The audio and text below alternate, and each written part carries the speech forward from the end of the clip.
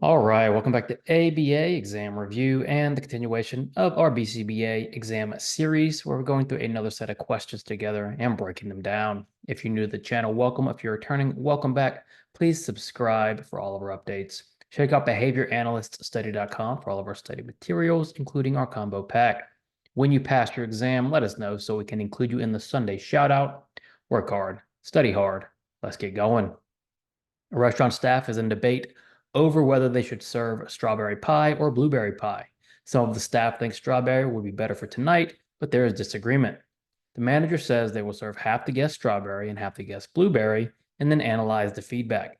What does this most resemble? So we have an analysis question, and we've got to determine what analysis is being used. Now let's think about what we know so far. We know the debate is whether they should serve strawberry or blueberry pie. So one or the other. And so what the manager is going to do is give half the guest strawberry, half the guest blueberry, collect data, analyze the data. Now, what does this resemble? So we have a comparative analysis, component analysis, and a parametric analysis. The only two you should be really considering are comparative and component, because a parametric is looking at a single intervention, or in this case, a single piece of pie, and then asking about some sort of dimension or magnitude. We're not doing that here, right? We're still in the comparison or component phase. So what's the biggest difference between a comparative and a component analysis? The biggest difference is with a component analysis, you have a intervention package. What I mean by that is everything you're looking at is part of one package. With a comparative analysis, what you're comparing aren't already tied together. So in this case, strawberry and blueberry pie aren't part of a package, aren't part of an intervention package, so to speak. We're just comparing which one the guests like better. So what this most resembles is going to be a comparative analysis. So that's the question you want to ask yourself. Am I looking at parts of a treatment or intervention package, or am I looking at standalone ideas or products or interventions? A 19-year-old with a developmental delay wants to learn how to make his own peanut butter and jelly sandwiches. The 19-year-old's parents decide they will use a task analysis to create a task chain for this skill. Which of the following chains would be most appropriate? So we have a task chaining question, and it's sort of a trick question, so let's be careful, right? It's a good learning and teaching question. Everything we do in ABA, in therapy, should be individualized, meaning every client is different, and every client should get treatment based on their assessments, their needs, their developmental level, so on and so forth. So you have a 19-year-old with a developmental delay. He wants to make peanut butter and jelly, so you use a task analysis. All we know about this client is that they're 19 years old, they have a developmental delay, and they want to make a sandwich. Is that going to be enough to create an appropriate task chain? Well, not really. So for example, let's look at A. Take out ingredients, put ingredients on bread, place bread together, eat. Is that good for this client? It's really unclear. What about B? Take out peanut butter, take out jelly, put ingredients on bread, place bread together, eat. Or C, which expands even further. Without more information, it's impossible to know what's going to be most appropriate given the information we have, which is they're a 19-year-old with the developmental delay. So the answer here is cannot determine with given information. Everything you do, especially things like a task analysis, should be based on need, should be based on assessment, and should be highly, highly individualized. You, a behavior analyst, are explaining single case designs to two trainees. One trainee, a psychologist, asks you why you might use a single case design instead of a group design. What could you tell them? So in ABA, we deal mostly in single case designs. We don't use a lot of statistical analyses. We use a lot of visual analyses. And in traditional psychology, most of the time, group designs are used, where you're looking at a sample size to make inferences or hypotheses about a larger population.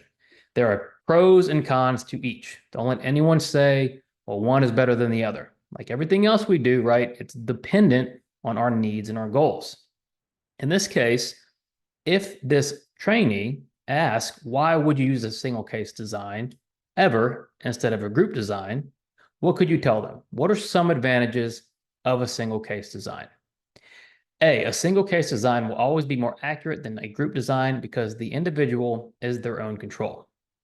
While it is true that with a single case design, we're much more focused on the individual and the individual behavior change, and they are their own control, it doesn't automatically make the design more accurate, right? That all has to do with fidelity and internal validity and making sure there's no confounds, on and on and on.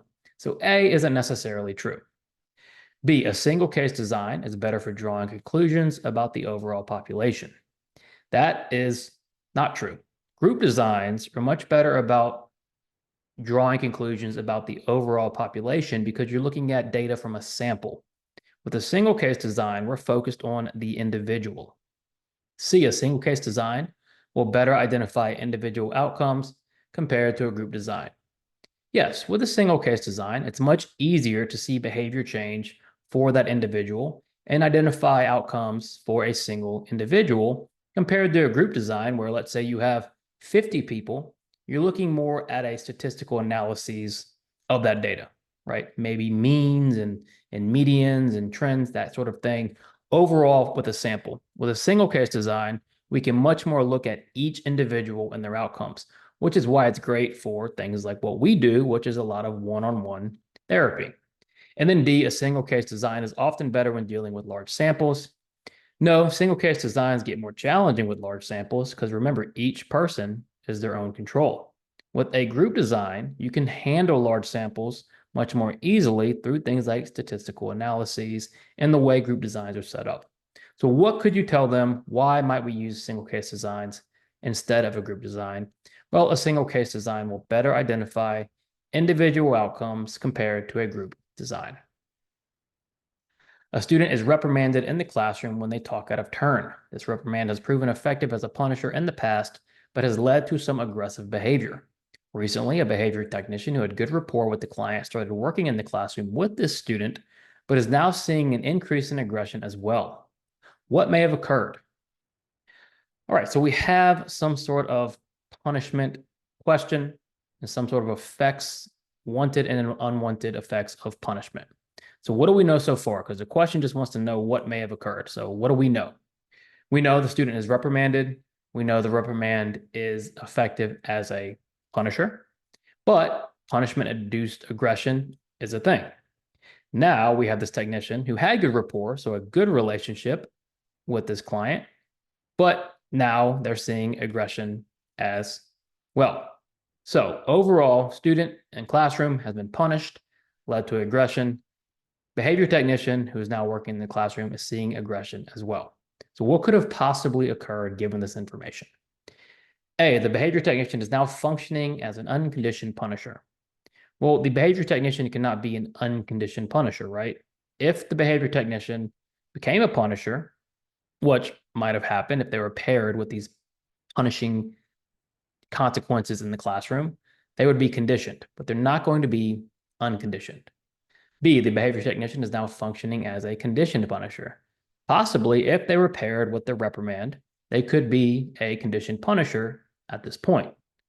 What about C, the behavior technician inadvertently reinforced aggression in the classroom? That is definitely a possibility. If this technician comes in and starts working in the classroom, sees aggression, they may have accidentally reinforced the aggression through some sort of means, maybe attention, maybe escape, who knows? Is it a possibility? Certainly. So what may have occurred will both B and C. It's possible the technician is now a conditioned punisher. It's possible they inadvertently reinforced aggression in the classroom. Tom is using a self-management strategy that restricts his access to cookies. He only gets cookies if he goes to the gym 5 days in a row. On the third day of the current reinforcement schedule, Tom eats cookies someone brought at work for his birthday. The work cookies in this context are likely blank. So the question wants to know about the work cookies. What do we know about the work cookies so far? Well, we know Tom is using self-management. He only gets cookies if he goes to the gym 5 days in a row. His reinforcement is going to the gym 5 days in a row. But Only 3 days into the schedule, he gets cookies because someone brought them at work. So what do we call it when someone gets access to reinforcement that they did not earn? A, non-contingent reinforcement. Now, careful. This may appear to be non-contingent, right? Because he just gets the cookies. But non-contingent reinforcement is a strategy, right? It's an antecedent strategy. It's what we plan for. So this is not considered non-contingent reinforcement technically. What we would call it is bootleg reinforcement. That's the technical term for what we're seeing here. Now, C, inadvertent. Well, it might be inadvertent, but Tom is still getting the cookies.